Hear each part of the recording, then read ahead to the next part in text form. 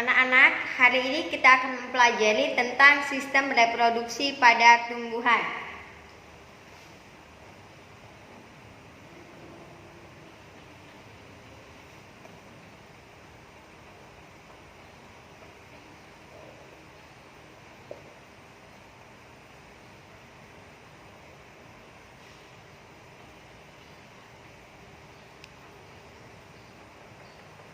Ya, dimana kita tahu bahwa ciri daripada makhluk hidup itu salah satunya adalah dia mempunyai yang namanya sistem reproduksi. Untuk apa? Untuk menambah yang namanya keturunannya. Kenapa menambah keturunannya?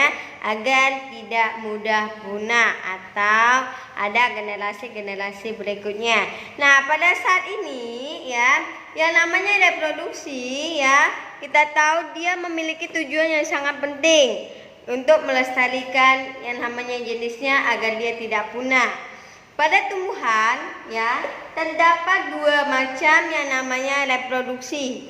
Ada dua macam ya yang namanya reproduksi. Itu ada yang dikenal dengan istilah vegetatif. Yang kedua itu dikenal dengan generatif. Apa sih bedanya vegetatif? Apa bedanya generatif? Kalau yang namanya vegetatif itu dikenal dengan aseksual atau tak kawin. Sedangkan yang namanya generatif itu dikenal dengan seksual atau secara kawin. Tak kawin artinya tidak terjadi peleburan antara sel kelamin jantan dan sel kelamin betina. Sedangkan yang namanya generatif terjadi pertemuan antara sel kelamin jantan dan sel kelamin betina ya.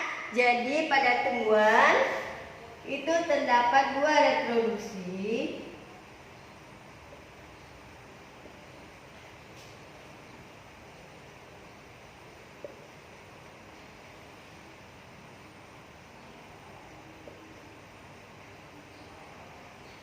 Ya, ada yang dikenal dengan cara vegetatif. Yang pertama itu adalah vegetatif. Yang kedua generatif. Ya, ada yang dikenal dengan vegetatif, ada yang dikenal dengan generatif. Nah, kalau yang namanya vegetatif ini istilahnya adalah aseksual atau tak kawin.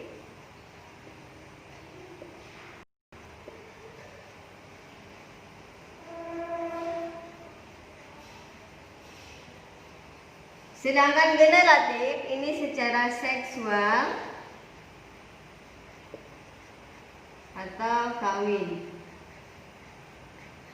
Nah ya, waktu SD juga udah pernah belajar, kelas 7 juga udah pernah kita pelajari. Nah, di sini ya Ibu akan jelaskan. Vegetatif itu ada dua macam. Yang dikenal dengan vegetatif alami dan vegetatif buatan. Ya, jadi yang namanya vegetatif itu ada dua macam, yang alami dengan yang buatan. Apa yang membedakan antara vegetatif alami dengan vegetatif buatan? Kalau yang namanya vegetatif buatan itu menggunakan campur tangan manusia. Sedangkan alami dia tidak menggunakan campur tangan manusia. Nah, itulah yang membedakan antara vegetatif alami dengan vegetatif buatan. Nah, sekarang kita akan belajar tentang yang namanya vegetatif alami.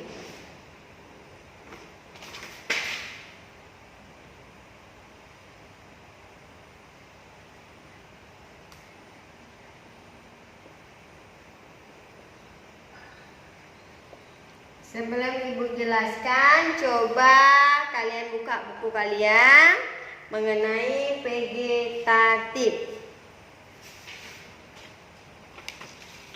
Tentang vegetatif itu di bukunya ada.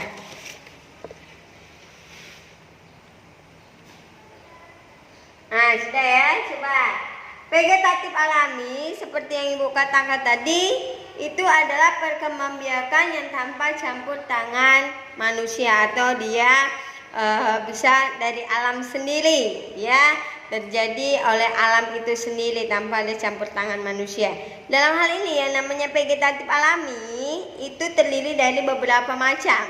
Yang pertama itu dikenal dengan umbi lapis. Yang pertama itu adalah umbi lapis. Ada yang masih ingat ini waktu SD udah belajar tentang yang namanya umbi-umbian. Apa itu umbi lapis? Ada yang masih ingat? Yang namanya umbi lapis itu apa, Nana? Bagian tubuh tumbuhan yang membesar mengandung cadangan makanan. Ya, bagian daripada tubuh tumbuhan yang membesar yang mengandung cadangan makanan. Kira-kira apa ya? Ada yang masih ingat itu pelajaran waktu kalian SD? Ada yang masih ingat pelajaran waktu SD? Contohnya apa? Nah, Ibu kasih contoh yaitu bawang merah, bawang putih. Coba kalian amati bawang merah dengan bawang putih. Dia bentuknya menggembung ya. Nah, mengapa? Karena di dalamnya itu terdapat yang namanya kandungan atau cadangan makanan. Jadi jangan heran nih, misalnya di rumah atau di dapur ada bawang merah, bawang putih yang tidak terpakai udah lama, tiba-tiba dia tumbuh cabang tanaman. Artinya kenapa? Mengapa seperti itu? Karena di dalamnya itu sudah terdapat yang namanya cadangan makanan ya. Jadi yang pertama itu adalah umbi lapis. Bagian tubuh tumbuhan yang membesar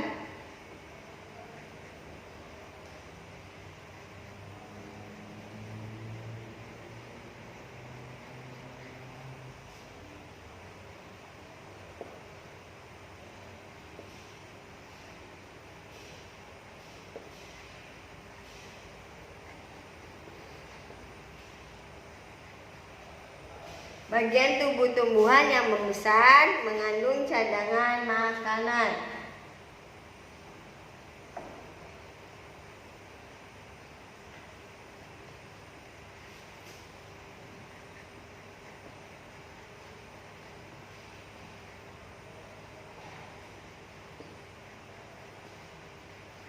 Nah, mengandung yang namanya cadangan makanan.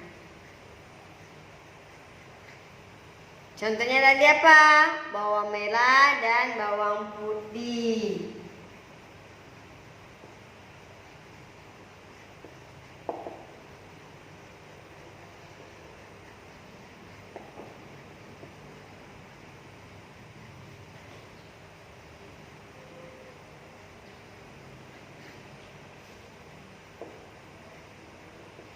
Nah, ini dia. Itu yang pertama. Yang kedua itu dikenal dengan yang namanya umbi batang. Kalau yang pertama ini adalah umbi lapis, yang kedua adalah umbi batang. Nah, mengapa dikatakan umbi batang? Karena dalam hal ini yang namanya umbi batang itu batangnya yang mengandung yang namanya cadangan makanan. Batangnya yang mengandung cadangan makanan. Contohnya itu Ibu kasih contoh kentang. Ya, kemudian ada lagi talas. Nah, kentang dengan talas itu masuk ke namanya umbi batang. Karena pada batangnya itu mengandung yang namanya cadangan makanan.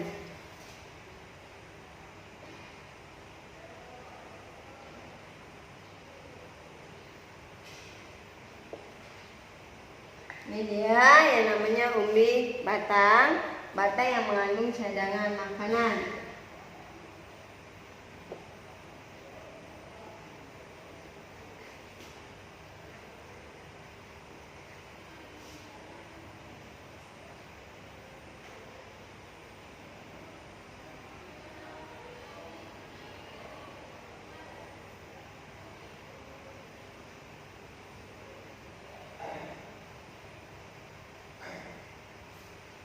Nah, Ibu kasih contoh tadi apa? Yang namanya contoh daripada umbi batang itu yaitu kentang, ya. Contohnya kentang dan talas.